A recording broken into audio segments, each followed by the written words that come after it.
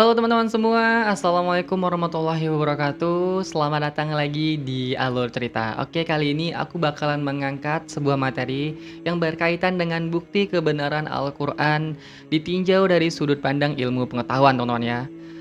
Al-Quran, seperti yang kalian tahu, adalah merupakan kitab suci umat Islam yang diturunkan lebih dari 1400 tahun yang lalu. Sebelum Masehi tentunya. Menariknya, banyak ayat di dalam Al-Quran yang berkaitan dengan fenomena alam, manusia, dan alam semesta yang baru bisa dibuktikan secara ilmiah pada era modern saat ini, teman-teman. Nah, hal ini menimbulkan perenungan bahwa sumber wahyu tersebut memiliki kebenaran yang melampaui pengetahuan manusia pada zaman Nabi Muhammad SAW. Berikut ini berupa contoh ayat Al-Quran yang selaras dengan temuan ilmiah modern pada saat ini yang akan saya angkat, teman-teman ya. Yaitu pada surah As-Sajdah ayat 8 yang berbunyi, Summa ja'ala naslahu min sulalatin mim ma'im mahin, yang artinya kemudian dia menjadikan keturunannya dari saripati air yang hina atau air mani. Quran surah As-Sajdah ayat 8, teman-teman ya. Penjelasan dari ayat tersebut ialah dalam embriologi modern telah diketahui bahwa manusia berkembang dari sel sperma pria dan ovum wanita, teman-teman, yang membentuk zigot. Dalam proses ini hanya satu sperma yang membuahi sel telur. Itulah yang namanya nutfat, teman-teman ya, dalam bahasa Arab. Merujuk pada setetes cairan yang secara tepat menggambarkan konsep ilmiah ini. Sehingga terbentuknya lah janin, teman-teman ya. Kemudian untuk yang kedua, asal-usul alam semesta atau teori Big Bang yang pernah kita dengar. Mungkin teman-teman udah tahu teori Big Bang ya.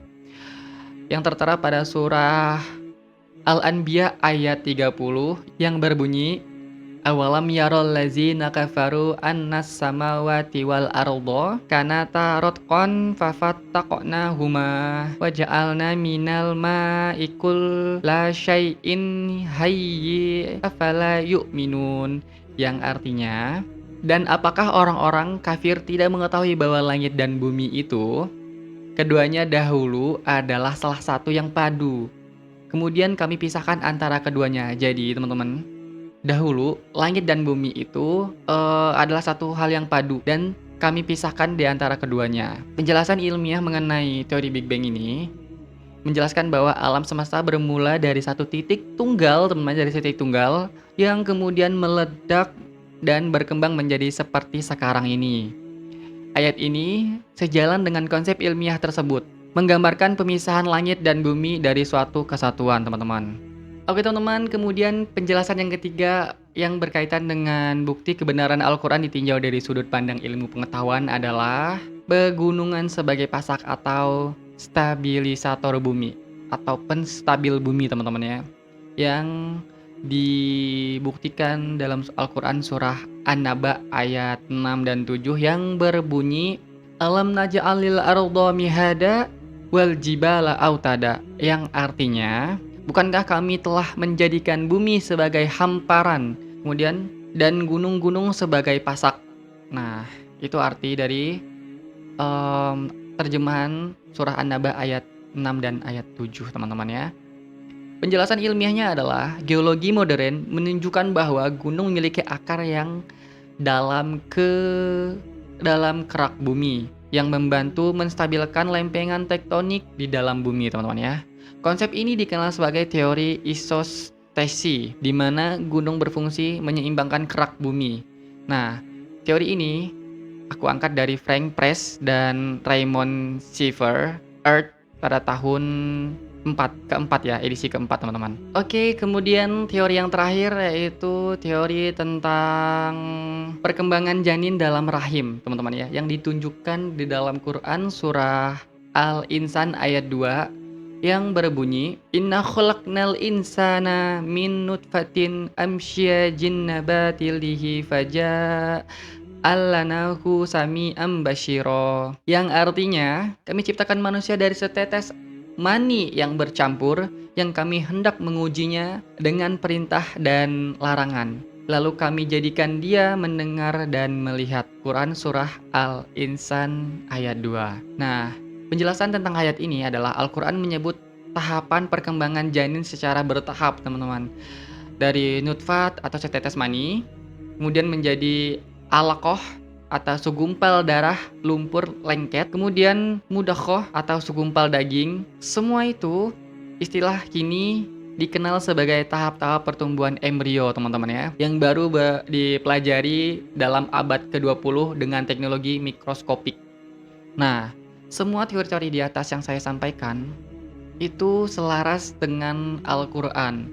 Jadi, benar adanya terkait mengenai bukti kebenaran Al-Quran ditinjau dari sudut pandang ilmu pengetahuan.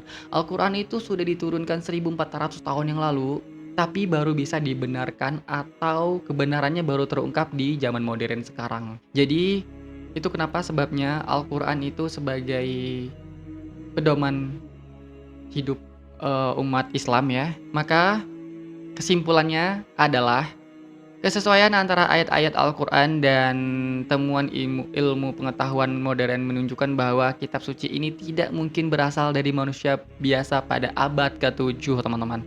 Pengetahuan tersebut melampaui zaman dan menunjukkan bahwa Al-Quran adalah wahyu yang datang dari Sang Pencipta yang Maha Mengetahui, yaitu Allah Subhanahu wa Ta'ala. Jadi, teman-teman, Al-Quran adalah petunjuk hidup bagi umat manusia, khususnya umat beragama Islam tentunya, yang diturunkan oleh Allah Subhanahu wa Ta'ala melalui perantara wahyu Allah yang diturunkan kepada Nabi Muhammad SAW. Al-Quran berfungsi sebagai pedoman dalam kehidupan umat beragama Islam, memberikan hidayah, pemisah, obat, dan nasihat bagi umat Islam itu sendiri. Ia juga menjadi sumber ilmu pengetahuan dan sarana untuk mendekatkan diri kita kepada Allah Subhanahu wa Ta'ala. Oke, teman-teman semua, sekian dari teori-teori yang aku angkat mengenai bukti kebenaran Al-Quran ditinjau dari sudut pandang ilmu pengetahuan. Semoga video ini bermanfaat buat teman-teman semua, khususnya untuk umat beragama Islam.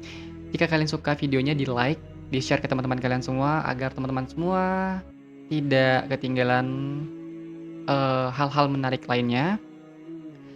Semoga video ini berkah dan bermanfaat buat kalian semua. Alur cerita mohon pamit undur diri. Wassalamualaikum warahmatullahi wabarakatuh.